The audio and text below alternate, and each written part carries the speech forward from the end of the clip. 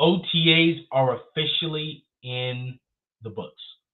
2 weeks down, Sean Payton cut short 3 weeks of OTAs, only made it 2, and now we are preparing for mandatory minicamp that starts next week where everyone will be there. Today we're going to break down what it looked like in week 2's, what week 2 of OTAs, what was the takeaway, where are we going forward, and what running back is on the roster bubble with the potential of bringing in J.K. Dobbins. We got a lot to talk about today, so I appreciate you guys all coming in and joining in for another episode of Orange and Blue Blitz Morning Show.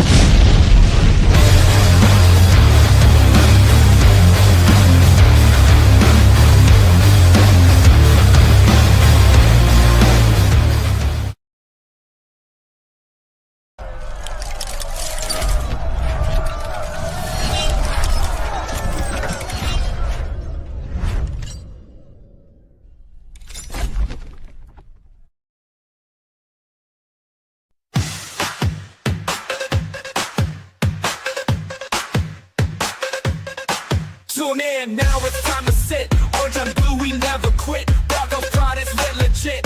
Every week we're bringing grit. Orange and blue, we bring the heat. Podcast grinding can't be beat. Every play, every style we meet. Blitz so hard it's on repeat. My high dreams we elevate. Break it down, we narrate. From the field to the fan debate. Broncos Country, we dominate. We got the passion, we got the drive. Orange and blue keeps us alive. Every tackle, every stride. It's the Blitz where legends thrive.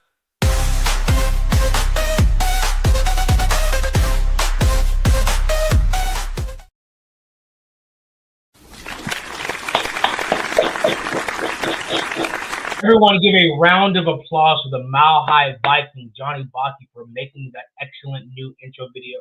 As you guys saw yesterday, we had an old one with old clips, but Johnny and his hard work got right to work on it, and he had it done by today, and that is an excellent, excellent intro video. So shout out and round of applause to Jonathan Harris and Baki. Well done, Johnny. Well done. Excellent intro video.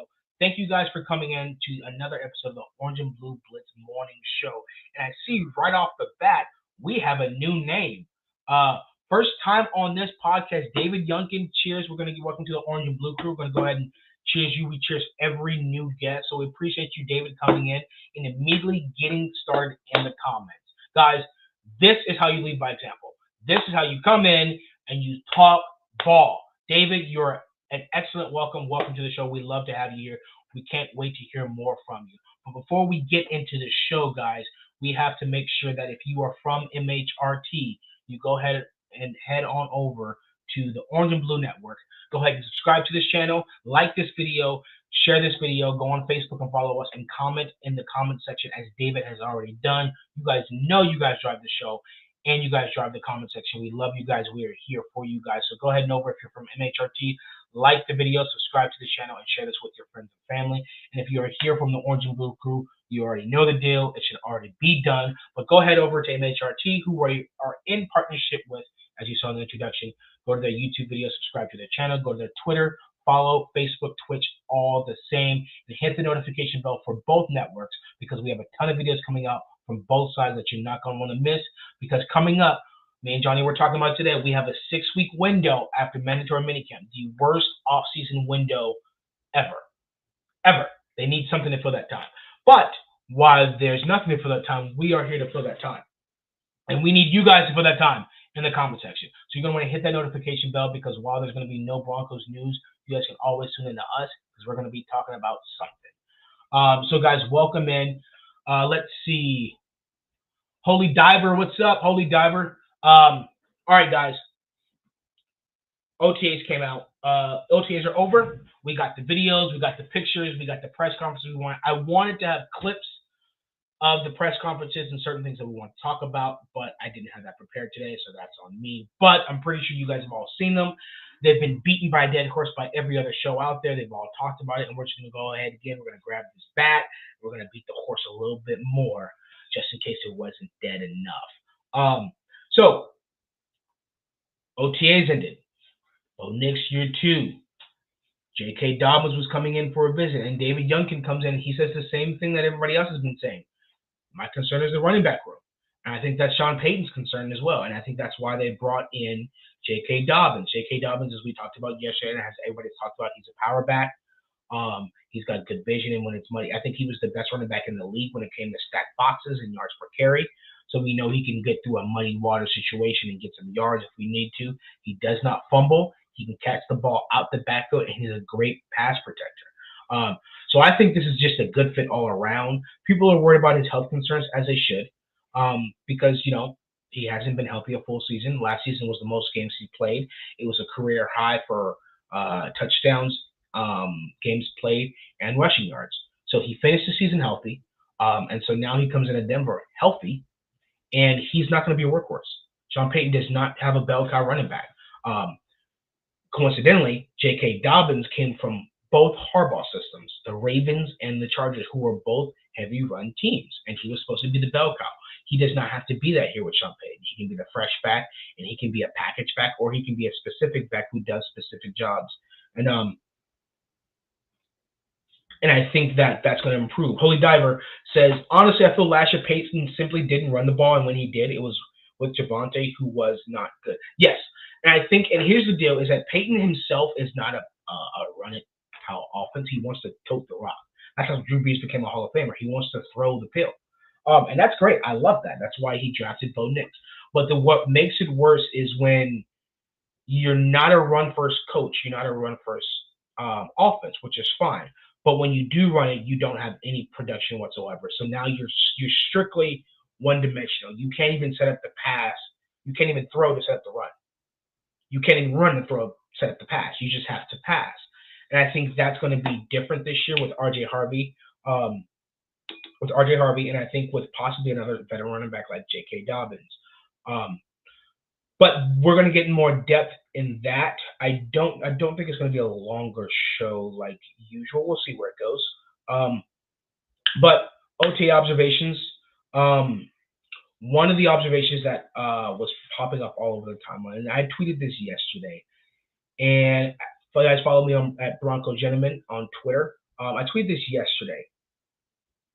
I don't think we're talking about Devon Bailey enough, but I think that's changing. And when I sat there and I thought about it, last year in OTAs and offseason, Bailey had such a good offseason as a rookie that Tim Patrick got traded. He produced and showed that much that Sean Payton said, we're good enough with Bailey. We're going to go ahead and let Patrick go. So then in this offseason, everybody's talking about Troy Franklin's big jump, and Sean Payton talked about it. Everybody's talking about Marvin Mims in year 3. Everybody's talking about the route technician of Pat Bryant.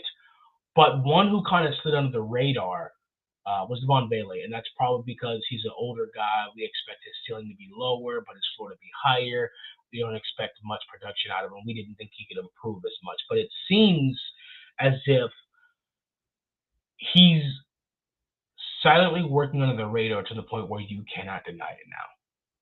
That's where it seems that Devon Bailey is at, where he is turning out to be solidified wide receiver 2. Because I'm just hearing play after play. He's gotten better at route running. He knows the playbook better. And you're starting to see Sean Payton's genius come through when he says, I'm confident in this wide receiver group, more confident than most people, including the fan base. And I think that's because that year 2 jump, a year 2 jump is different when you have the franchise quarterback.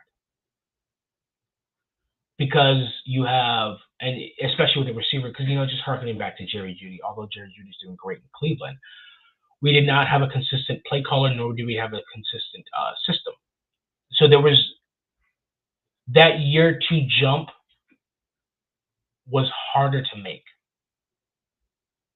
So if you're like a receiver, Jerry Jeudy, first round, 15th pick, it's hard to produce consistently when there's a quarterback competition every year and there's a new play caller every year.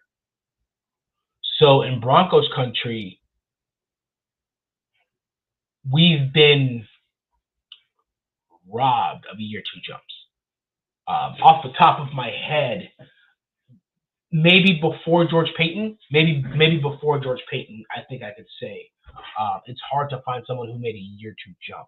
I actually know Quinn Miners. That was George Payton. It's actually hard to think of someone who made a year 2 jump. But since George Payton has come in and his draft picks have all made jumps, Quinn Miners, Pat Surtain, Riley Moss, Nick Benito, and all these guys. So on the offensive side of the ball, a year to jump by receivers foreign. But when you have a consistent play caller in Sean Payton and a consistent quarterback in Bo Nix, like Bo Nix said, you can spend the offseason sharpening up your mechanics and your fundamentals because you know the playbook, you understand the playbook. These installs are easier. So now you have someone like Devon Bailey who understands the system more, who understands his role, who worked on what they told him to work on, and then he comes back and now it's producing. And so you got another big body receiver who may run better routes than Cortland on the outside, who may end up taking that Z spot. So I think that's something that has raised a little bit more of excitement for me because I wasn't really looking in Bailey's direction. But now I'm like, okay, if it sounds like Cortland Sutton and Bailey are going to be the two main body receivers, the two base receivers, wide receiver 1, wide receiver 2, then I'm willing to start wrapping my head around that. As we know, week 1 last year, Bailey had 8 targets, 8 receptions. Now I think he only had like 40-something yards, but still, he showed himself to be reliable. When the ball's on his way, he'll catch it. Now I think in regards to injury concerns, I think that's why Pat Bryant was drafted. Some of the reports we're getting out of OTAs is Pat Bryant. He's getting a lot of reps. And he's rotating as at least what they saw. He's with the 3s mostly, with the 2s sometimes. So he's getting a lot of reps and he's rotating. And I think he's another development receiver, but he's also depth. Because you remember, Bailey went 8 targets for 8 receptions, I think, in Seattle, but then he got injured and was out 4 weeks. So it's kind of tough when you have, okay, we have this new 7th-round guy who's extremely reliable, but then he got injured immediately for 4 weeks. And then Josh Reynolds got injured as well, so then there was that. So now you bring in Pat Bryant, who's depth. And I think Pat Bryant's definitely going to be more for Pat's guy and more for the preseason. Definitely for the preseason. So Devon Bailey was definitely a name that popped up on the radar. Him and Cortland Sutton seem to have great chemistry with Bo and the offense, and they seem to be the 2 leading guys. Quickly, I'm going to switch over to defense before we jump back into offense.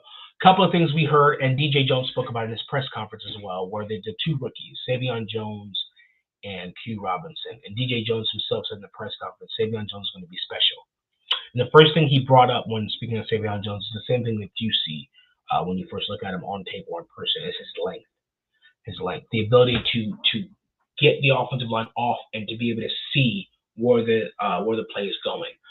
So it's going to be harder for an offensive lineman or offensive guard to get hands on him because it's like boxing. It's like if you have a shorter arm length and you're boxing someone who has a longer arm length. The way for you to do damage is you have to close the distance. That's beneficial for an offensive lineman. But if you're the lengthy boxer, you want to keep your distance. You want to use your reach to maintain distance. Savion Jones has that ability. And I've heard some people say he reminds them of Midlake Jackson. I think his length, I know they played similar positions, they played the same position in college, but now the NFL is going to be different.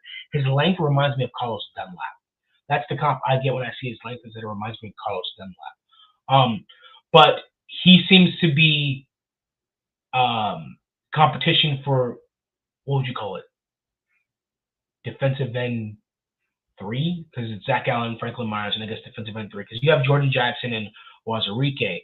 But from what I'm hearing, Savion Jones is making a push for that to actually be the backup, and potentially if JFM doesn't get a contract, to be a starter. So he's out there creating pressures from the interior. He was going against the 2s. I think they said he was going against the 2s, and I think they said he was going against the 3s as well. But we have good depth. So that's good to hear from that. And the other one that I heard that was absolutely blowing it up on the defensive side of the ball was also Q Robinson. I heard he was just tearing it up, where play after play after play after play after play. I know he's going to be a special teams ace, a four core special teamer. But I just find it interesting with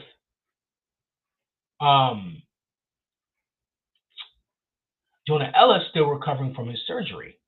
So Jonah Ellis was on the side field, as well as Dre Greenlaw, as well as PJ Locke. But Jonah Ellis was on the side field practicing. And so now the backup edge rushers are Dondre Tillman and Q Robinson. And Q Robinson is, I don't think Jonah Ellis's spot is in danger because Jonah Ellis has had an excellent rookie year, and something that's not talked about is Jonah Ellis is the youngest rookie to have 5 sacks. I think in NFL history, I think 21, and he had 5 sacks. So I don't think his spot is in jeopardy. I don't think his spot is in jeopardy, but it's interesting to see that this depth is so good that we have guys producing on every level. David says, actually, Holy Diver says, honestly, I feel like, yeah, we went over this. David says, this season, Bo can't be the leading rusher. He will get hurt. Yes. And I think that's going to be the difference between Bo Nix and Jaden Daniels. Jaden Daniels got a little bit hurt last year. Had to miss time. Did he miss time? I know he got hurt. Bo's also smart when it comes to how he uses his body when he runs. But for a fact, Sean Payton wants him to stay in the pocket. He doesn't want him running like that. And he cannot be the leading rusher like that. Unless there's some design runs, regardless, he can't be the leading rusher in any game. If you're bringing in J.K. Dobbins and you drafted a second-round rookie running back, Bo Nix cannot be the leading rusher. Johnny says, I've been high on Vele, even picked him as my breakout star when I was on Broncos Media Battles. Yes, guys, you guys remember Johnny on Mile High Viking on Broncos Media Battles? Then you would have heard him say Vele is the breakout star. And it's seeming to be that way, that he is the breakout star. 858 touchdowns is a breakout season. That's wide receiver 2 by far, behind Cortland Sutton, because I think Cortland Sutton has the potential to put up like 1,400 yards this year. But yes, he's definitely the breakout guy. And if you can have a reliable guy with hands who's got improved route running as your wide receiver 2, then this team is starting to form. Holy Diver says, Q Robinson could be the reason we let Benito go after the season along with Ellis and Tillman. That's a big take. Because in my opinion, I don't think one guy is going to make us get rid of 3. Because not only are you getting rid of your starter, but you're also getting rid of your depth. So I don't think if you get rid of Nick Benito, you'd say Q Robinson is the starter. So you got Q Robinson and Jonathan Cooper. Oh, no, you're saying let Benito go along after the season, along with Ellis and Tillman. So they're not letting go of Ellis and Tillman. Ellis and Tillman are the depth, but Benito's the starter. I got you. Sorry.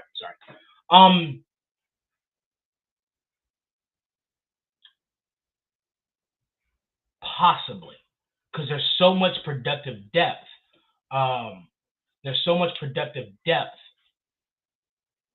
edge. There's a possibility, but I don't think so. I think Nick Benito's never started from beginning to end in one season. He's either been injured or he's come off the bench. Even last year, Baron Browning started. Nick Benito didn't start. Yet he finished with 13.5 sacks, DPOY candidate, and 2 huge pick sixes. I don't think they're going to get rid of Nick Benito for a potential rookie.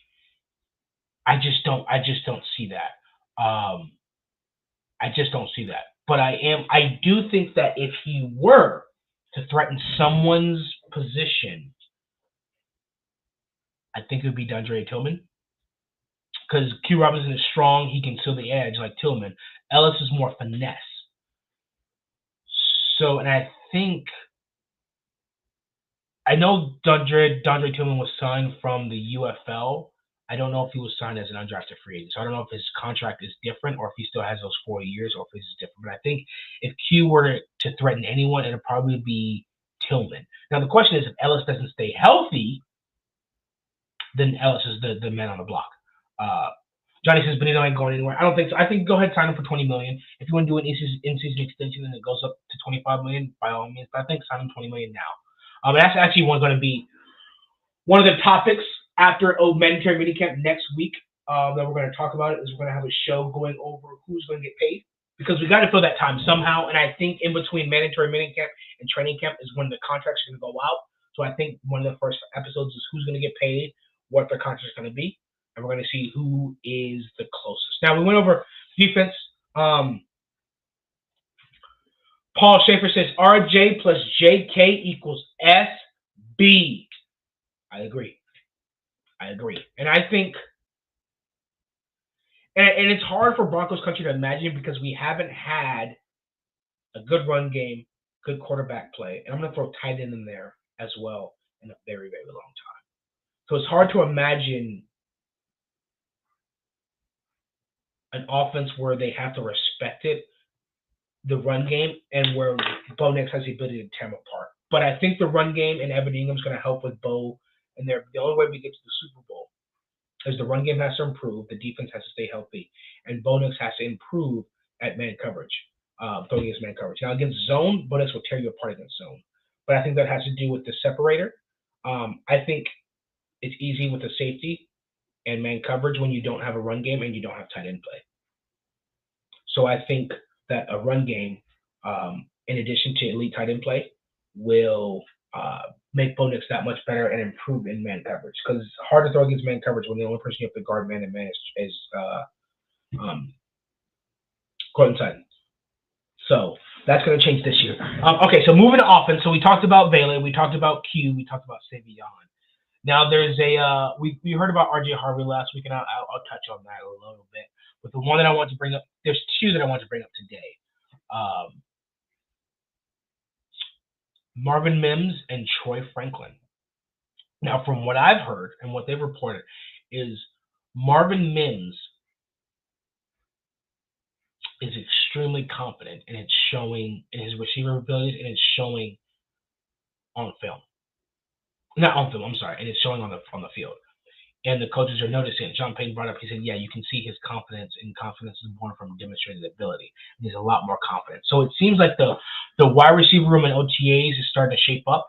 It seems like it's Sutton, Bailey, and Mims. And I'm okay with that three wide receiver core because you got big body wide receiver who can catch downfield, catch sideline, make crazy catches, but he can also run the over routes and he can also run the dig routes. And he's really good at that. One of the best in the league at that. You got Bailey, who his type of style isn't necessarily perfected yet, and we don't know his position, but it seems like he's going to be another Z guy who can go from mainly outside the numbers, but also in the slot. But if he's going to be that Z, then he's got his position. And then Marvin Mims, who can line up in the backfield, who can line up in the slot, who can line up in the boundary. He can catch tunnel screens. He can catch jets. He can take handoff for jet sweeps. He can do wheel routes out the backfield. He can run deep routes. He's really, and I see why CC calls him Baby, or they call him Baby Joker, because yeah, he can do it all a little bit. So that's one thing that I think Marvin Mims is an X factor on offense in addition to the running back room and to the tight end room, because Marvin Mims isn't your typical receiver. And it's hard for even Broncos country to pin him down. So I think Marvin Mims is going to start off this season hot. And that's not like 150 yards for the first 4 games. But I mean, he's going to be all over the place, and he's going to be a threat. And I think this year he's going to have to be the ones where teams are like, okay, well, where's he lining up? Because he's fast. He runs a 4.3, and he has excellent hands and excellent focus on the ball. Look in the ball, and I can't believe I'm blanking out on the terminology. He has good eye focus on the ball where he can catch it, as we saw last year. So I think he's going to turn out to be a really, really, really, really good weapon. And it seems like he's turning into that. He can go, we saw him, he can catch downfield, out the backfield. He can really do anything, actually. He can line up actually anywhere because he can line up outside the numbers. Because if you remember, Sean Payton's first year with Russell Wilson, Marvin Mims would catch deep balls when he was outside the number. He would just burn the corner. So he can line up in the slot, he can line up outside, he can line up in the backfield. And I think that creativity is only going to expand, and especially with Evan Ingram. And so the second one I want to talk about is Troy Franklin. So from what I've heard, Troy Franklin is a tunnel screen guy. He's going to be a mesh guy. So they're really taking him that short and intermediate routes. Sean Payton said that one of his strengths is yak and run after catch when he has the ball in his hands, because he's got Marvin Mims' speed, but he's got Pat Bryant size, 6'2", 6'3", 195. And so it seems like after year one, the vision for the receiving group is starting to come together, and they're starting to understand their duties and responsibilities and their strengths and weaknesses and what they're at. And it seems like Sean Payton is actually now starting to implement that.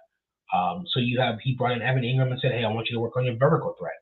And he said, Troy Franklin's going to work on it underneath. Cortland Sutton has the go routes and the dig routes. So you're starting to see the offense starting to shape. So you got, Franklin and Mims with, Mims can do anything. So Mims is out the backfield slot, whatever, but you got Franklin coming underneath. You got Bailey running slants, and you got Troy Franklin going deep and running underneath routes, and you got Sutton going deep, and you got RJ Harvey catching wheel routes. So we're definitely going to see a dynamic Sean Payton offense. D-Rock in the house says, Bailey, hooray. Like I said, the last 2 weeks, up until this, we weren't talking about Bailey, but now I think Broncos Country has gotten it. Now we're on the board, and now we're like, Bailey. And I love it. And he's earned it. And I'm interested. I can't wait to hear from him and see how he's progressed, what he's improved on. They said he's put on some muscle, and you can definitely look at him and tell. And so it seems like a lot of people, after their first year in the NFL, they say, okay, time to put on some muscle.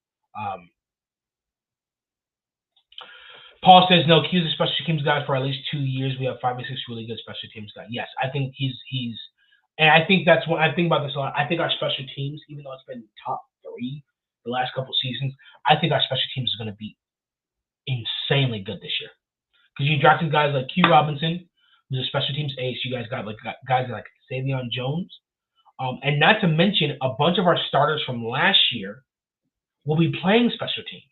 So you got PJ Locke, you got Justin Sternad, and so you have Damari Mathis, Chris Abrams-Drain, Q Robinson, Savion Jones, Trent Sherfield, Sam, the safety we signed, Sam, whatever his name is.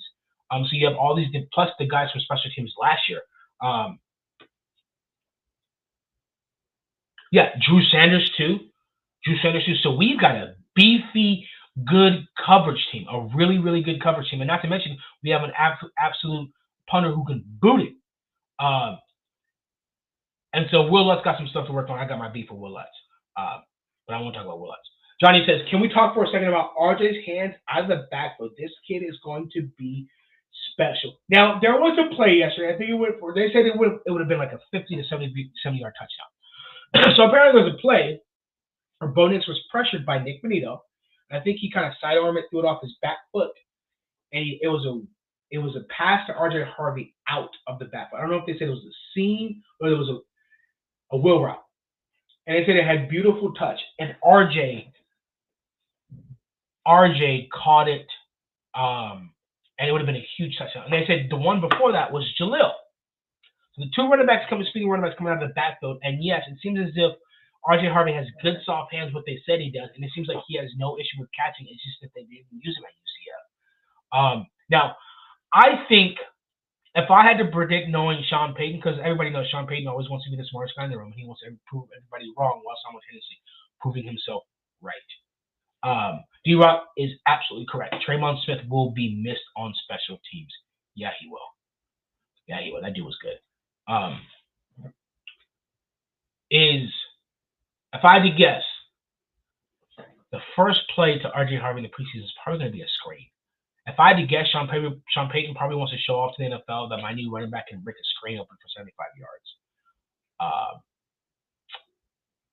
If I had to guess. So Troy Franklin, Sean Payton said he's been impressive. And Sean Payton said himself, he said, you guys haven't been here to be able to see it. But he's made a lot of explosive plays. So it sounds like he's really taking that off-season workout program seriously, taking the critiques and the improvements seriously, and he's really focused in and honed it in. And I'm curious to see how they're going to use him. I know Sean Payton likes to do certain player games, so I'm curious if he's going to have a preseason or a drive strictly for Troy Franklin. But the last one I want to cover is actually, let me look at something. Johnny said he made something. I want to see. Bingo, love it. I see it, Johnny. But the last one I want to talk about was there was an interception thrown in practice by Bo Nix. That's fine. Well, the starting quarterback, don't care. But it was by Talanoa Hufanga, who stepped up. I think they said it was an over route.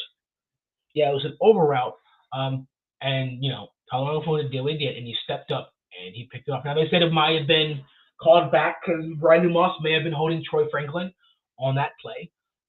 But I'm not here to talk about the Bo Nix interception, but I'm here to talk about Talanoa Hufanga, which, as we know, Johnny has been on it so far.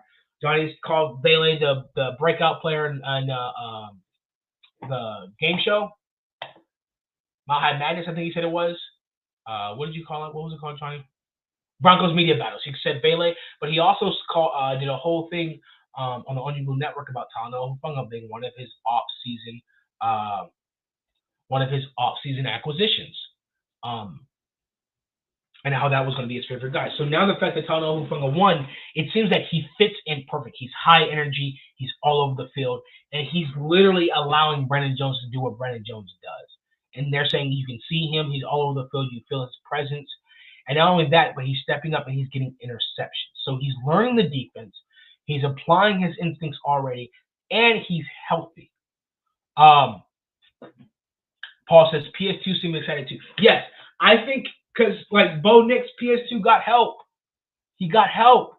He doesn't have to sit there and try and do everything by himself. And now he can see, okay, we got Jahdae Barron, which we haven't heard much about. That I cannot wait to hear more about him in mandatory minicamp because I need to know how he looks on that defense. I'm more excited for defense than I am for offense. I'm excited for both, but I really want to see this defense.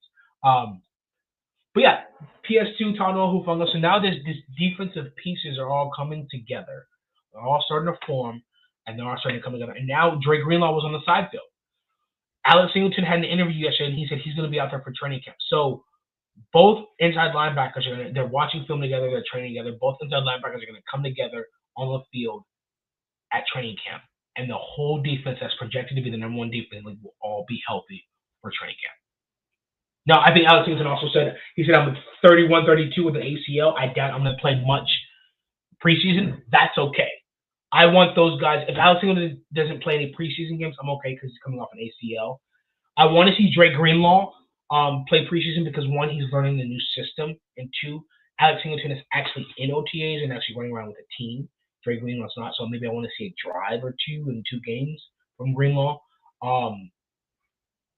But yeah, I'm excited with Talanoa Hufanga picking off Bo Nix. It's starting to see he's picking up the offense, and they're getting into it. Next week, mandatory minicamp, we got the media out there every day.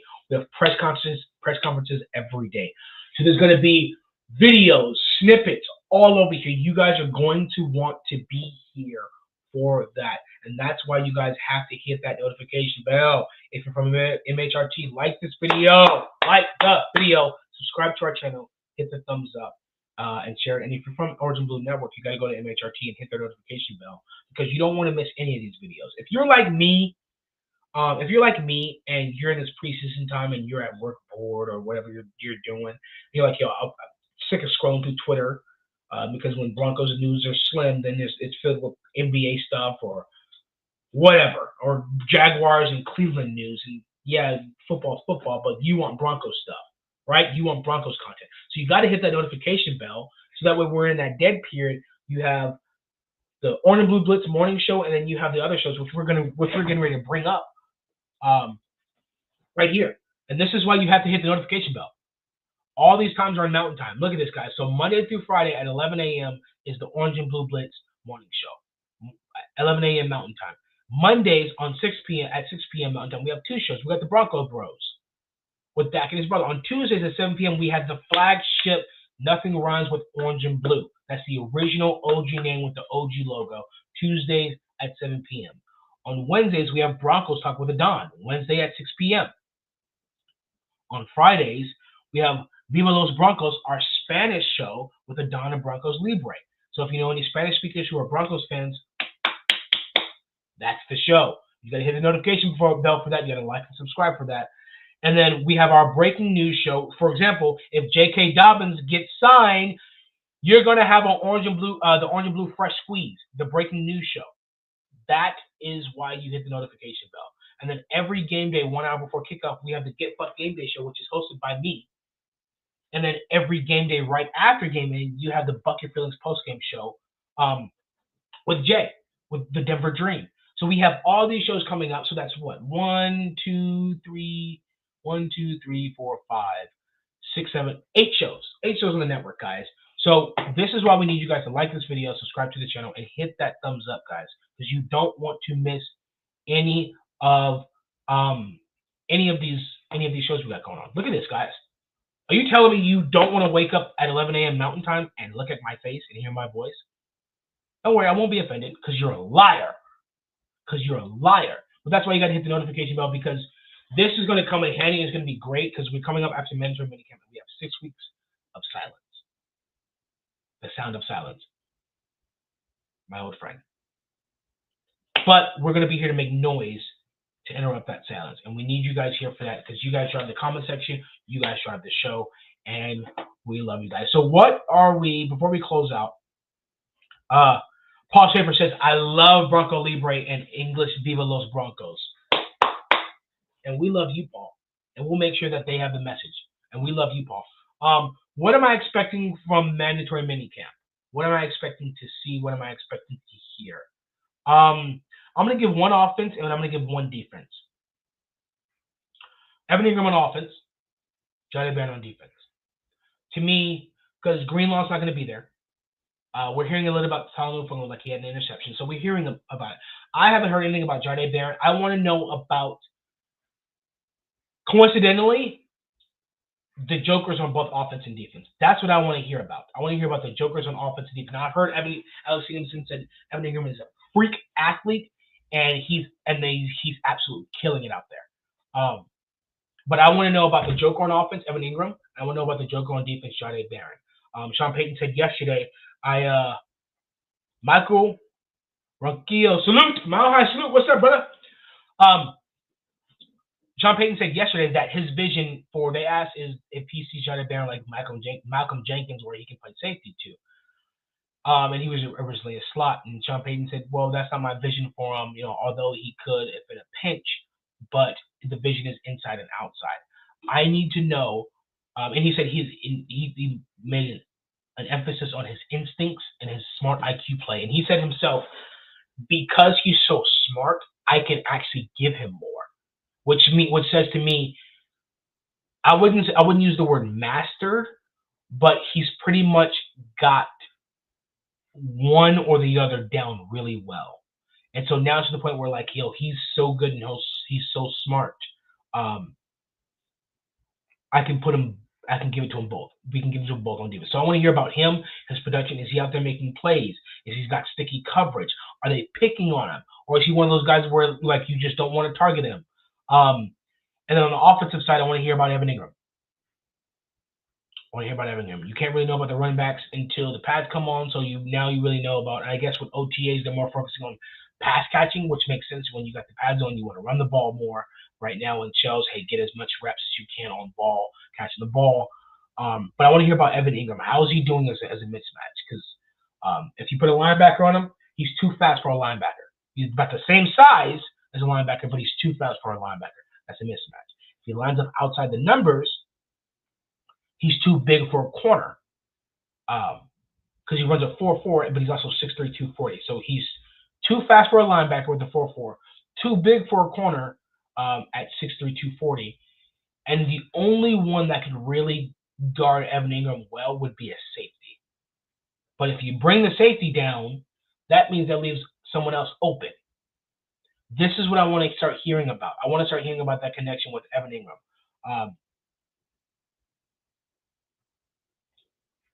I want you to development as Caden Kidd as a gold zone target. Caden Kidd, is that the undrafted free agent with the freak RAS score? The what is he, 6'4"? Runs a 4.36. Is that him? Is that who you're referring to? Let me know in the comments. 4.5, low 4.5. His legs haven't really been the issue. It's more been upper body, but low 4.5, high 4.4. Still, I mean, he's still the fastest tight end ever come from the draft. And he's still got that speed and quickness. Yeah, I want to see. See, here's the thing, man. We'd only see him in the preseason if he makes the team. I think with that RAS score, yeah, you put him on the practice squad. and you let that dude develop. Also, A.T. Perry might be demanding a trade because he hasn't shown up to OTAs. I don't know why he would not. I think if I were him, I'd demand a trade because don't know the full story, but if I'm from the outside in, if I'm A.T. Perry, I'm kind of slighted by the Broncos because you brought me from the Saints where I was on the practice squad. You brought me in, whatever it is, you sold me on the vision, signed, never get an elevation. Year 2 with you, you drafted another receiver, and the receiver room is deep. So I think I wouldn't be surprised if A.T. Perry gets cut or if he requests a trade. Just because I just don't think that – I think he's slighted a little bit. And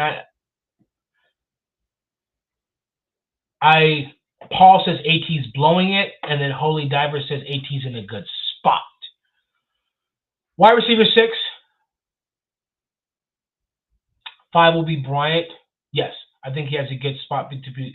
But is wide receiver – so you're saying A.T. Perry, if he's wide receiver 6 this year, he won't be on the practice squad, but he'll be on the 53? Yeah. Yeah. Paul says AT could slide in the Franklin spot. They will sit on him. The question is not whether or not they'll sit on him. The question is whether AT wants to be sat on. Because remember, the Saints were going to sit on. Well, the Saints kind of moved him because he didn't fit. But A.T. Perry fits, but he's still not getting any chances. So, yeah, I think he can come in as a wide receiver 6. Unless Caden Kidd, the undrafted agent with the freak athletic sport, shows up. But A.T. Perry has the benefit of being in the NFL and actually putting film on tape on the field and knowing the system. Yeah, I don't know why he's not here. I think if he's at mandatory minicamp, that's good. And I think he really has the potential. I think preseason is going to be it. I wouldn't be surprised if we signed him and we flipped him for like a 7th or 6th. If he did well in the preseason, we trade him for like a 7th or a 6th. I wouldn't be surprised at that at all. But yeah, so Jahdae Barron, Evan Ingram, those are the 2 I want to see more and I want to hear more about. There's a possibility. I don't know how that will work on the defensive side, but there's a possibility with Sean Payton on a media day he doesn't use Evan Ingram more just because it's media day. But remember, we're not there for the other. I think there's been 6 days of OTAs total in 2 weeks. We've only seen 2 days. So the other 4 days, Evan Ingram and Jahdae may have been doing well. We just didn't hear anything about it. But I expect that to change next week because I think Jahdae Barron in a slot is the X factor on this defense. Obviously, Dre Greenlaw being healthy as a middle linebacker. I think Jahdae Barron being able to stop people from hiding receivers from Surtain or himself being a shutdown can actually take the secondary to no-fly zone. I think the secondary becoming no-fly zone is dependent on Riley Moss being healthy and Jahdae Barron really performing as a first-round pick. I think this offense, we finished 10th in scoring offense with no receiver, with no tight ends and no run game. So Evan Ingram is going to do a lot more for our team than we think and imagine. There's a possibility that he's the best route running tight end in the NFL. And I think we just don't know yet because this is new to us. So I'm really excited to hear. I'm really excited for the season to start. I'm really excited to hear about him. I'm really excited for the season to start. I'm ready for week 1. I'm ready for week 1. Also, guys, we're going to be having a show during that time period. One show is going to be one show is going to be what games are you going to and what jerseys are you wearing, and then another show. Yeah, that's going to be one show. Is what games are you going to?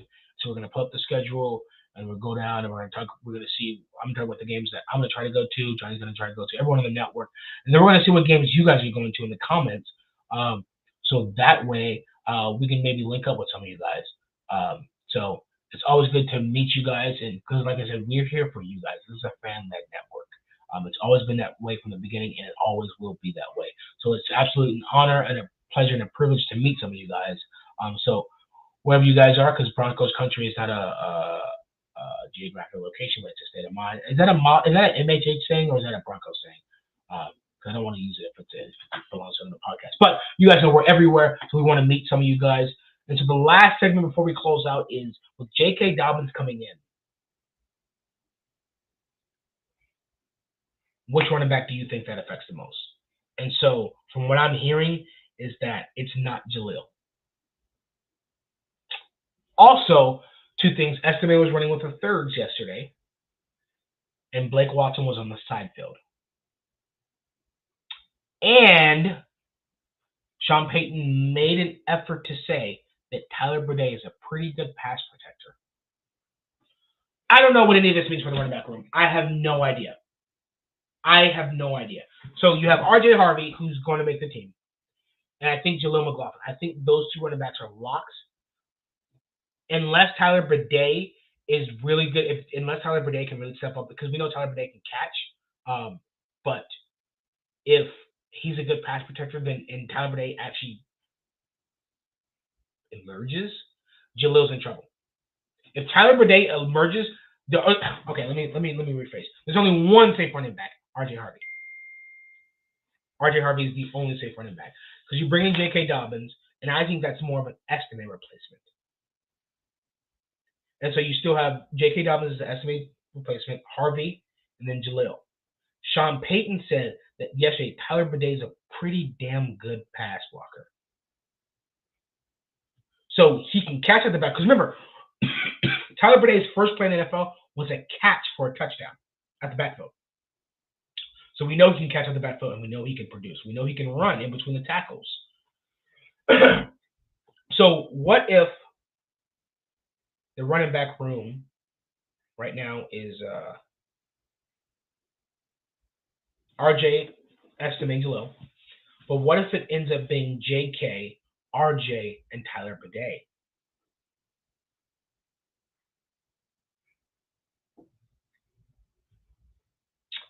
Almost sounds redundant. Now that I think about it, because Tyler Burdett is a good pass protector. RJ Harvey is the change of pace back, and Dobbins can protect. Burdett's almost a redundant, but that's a good depth piece because Burdett can run, Burdett can catch, and he can pass block. So right now, it sounds like he could be the most versatile running back we have in this room. Michael Ronquillo says, wide receiver Cortland Sutton, wide receiver Devon Bailey, Marvin Mims, Troy Fink, and Pat Bryant. Those are my top 5 receivers making the 50-man roster for the Broncos office. So the question is, do we carry 5 receivers or do we carry 6? I like what Holy Diver said earlier. This goes with what you said hand in hand. A.T. Perry's in a good spot to be number 6 wide receiver, which means he makes the 53. So if Michael's 5 wide receivers are legit, and they are, this is the 5. So he says they carry 5 receivers. Holy Diver says they carry 6. How many did they carry? I think they carried 6 last year. But I'm pretty sure. I think they'll carry 6. And if they carry 6, I think that's good. And if they carry 6 and they give A.T. Perry a roster spot, that means that Sean Payton and George Payton kept their word with A.T. Perry. And that means that he can get some rotational pieces in that, and I like that. I really like that. And I really want him to be wide receiver 6. But yes, Sutton, Bailey, Mims, Franklin, Bryant, yes, are definitely the 5. Definitely the 5. Yeah, that's an interesting running back room. I think it's a good depth to have Tyler Burdett because Sean Payton said last year he doesn't want to use the committee. It didn't work. The tandem is better. So if you got thunder and lightning, power and speed with Dobbins and Harvey, it's pretty cool to throw. It's pretty cool to extend. Not extend because I saw D-Rock's comment. It's pretty cool to have Tyler Burdett as running back 3 who can actually do all 3 of those things. He can run, he can catch, he can block. So there's no tell, and so he can do whatever you need him to do. And I think that may end up being with the emergence of him as a pass blocker. That's huge. He may have, and Blake, remember, Estime was with the 3s. Blake Watson was on the side field, and J.K. Dobbins was in the building. So Tyler Burdett may have jumped a couple roster spots to running back 3.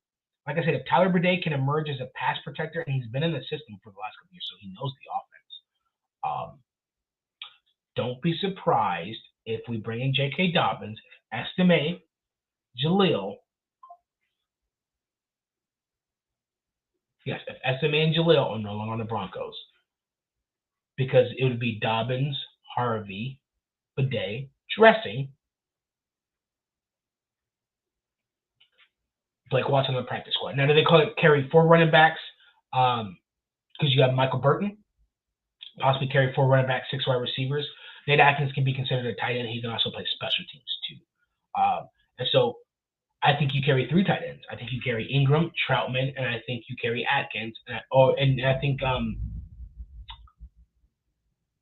Kroll, if he's not cut, goes to practice squad. And one of the shows we'll do a preliminary roster too, a preliminary 53 roster. So far off the top of my head, I have 4 backs, 6 receivers, 3 tight ends. So what is that? 13. 13. So then you carry, how many DBs do you carry? 6 DBs.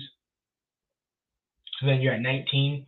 Carry 4 safeties? You're at 23. How many offensive line do you carry?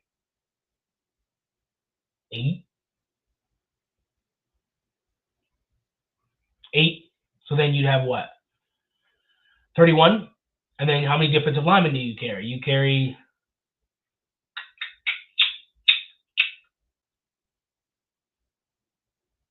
the front 4, maybe 7. You'd have Savion Jones, Malcolm Roach.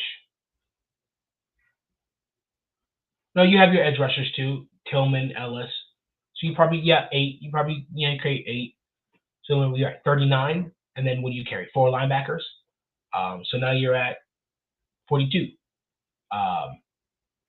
40. Yeah, 42, and then you have 11. And that's special teams. So then that makes out your 53-man roster right there. And so now the question is, what linemen are those? It's probably going to be Parrott. So you got the first 5.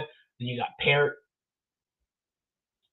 Palchevsky, which makes 7 offensive linemen, and then you're going to want an interior offensive lineman in there. Is that Forsyth? Is that Garugolo? Or does Clay Webb step up and earn that? But I think it'll be more likely to be Forsyth. Leroy says they better extend 80-20 Sutton. Yes, he's earned every bit of it, and I think Sutton can go for 1,400 yards because we have more weapons. What if AT turned into T.O. attitude and all? If he's producing like T.O., I don't care. If he's producing like Terrell Owens, I don't care. And so then you got the 8 offensive linemen, and you can carry. We just went over the 4 running backs, the 6 wide receivers, the 3 tight ends, defensive linemen: Malcolm Roach, Jonah Ellis, Dondre Tillman, and then Savion Jones. And then some of these guys also play special teams, so they some of them are redundant linebackers. Sternad, Sanders, Singleton, Greenlaw. And that's what I say, 6 DBs. So then you have Sertan, Moss, Barron, Jaquan, Chris Abrams-Drain, and Damari Mathis. So then you got 6 DBs right there. And then you carry 4 safeties: Hufanga, Jones, Skinner, and PJ Locke. So, we were just talking about Caden Kidd, who's one of those free agent receivers, 4'3", 44-inch vertical. That's an insane athletic. I can't stop. A 4'3", and a 44-inch vertical, and I think he's like 6'4". You got to find a way to get that dude on the field. But also one of the undrafted offensive linemen, Clay Webb, could also make the roster. And that's why I say this between, it could be, because you're going to want Parrott, Palchevsky, so you got a swing tackle, but you also have one to back up the other. But then you also want an interior offensive lineman that can play center, guard. And so you have Alex Forsyth who can do that, and you also have Clay Webb who can do that. So that's definitely going to figure out where that's at. No throw zone, exactly. Guys, once again, we are getting ready to close out. I said that earlier, but we're actually going to close out. We're coming up an hour. I got to get to the gym. If you're from MHRT, go head over to Orange and Blue Network. Subscribe to our YouTube. Share this video with your friends and family. Like, subscribe, and comment. If you're from Orange and Blue, go head over to MHRT. Hit the notification bell. You guys, once again, are going to be critical in that 6 weeks of silence. So, guys, don't forget to follow MHRT on Facebook and Twitch. Twitter, and YouTube as well, guys. Once again, don't forget that these are our upcoming shows. So tomorrow's Friday, so we will not have an Orange and Blue Blitz morning show unless I feel like it. We might. But if not, it's Monday through Friday. And then what's today? Friday. Today, also at 6, you have Viva Los Broncos tonight at 6 p.m. Mountain Time, which is also 7 p.m. Central Time. So guys, you're not going to want to miss that. So go ahead and hit that notification bell. Also, Johnny, excellent job on the schedule card, because this is wonderful. Because like I said, we had way too many shows to try and remember, but this is perfect. This is excellent. 2 for 2, Johnny. Excellent intro, excellent placard. You deserve a raise. Get that man a raise. So guys, you guys want to hit the notification bell so that way you guys don't forget that. What's say? Yes, sir. Mile High Salute, guys. I will be seeing y'all on Twitter. Maybe I might see y'all tomorrow. Paul Schaefer, Mile High Salute to you. Appreciate you as always joining the chat.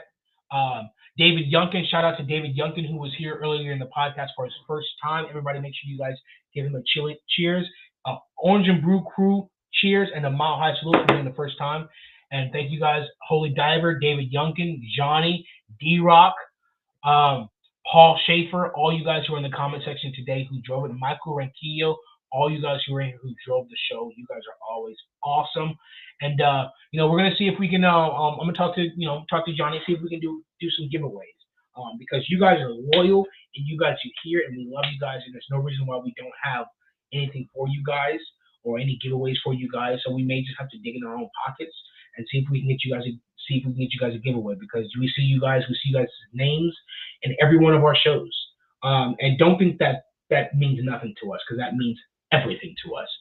We started this for you guys, and you guys have helped us grow more than you guys can know. So there's no reason why we can't do a giveaway or something like that. So that's definitely something that's going to be in the works.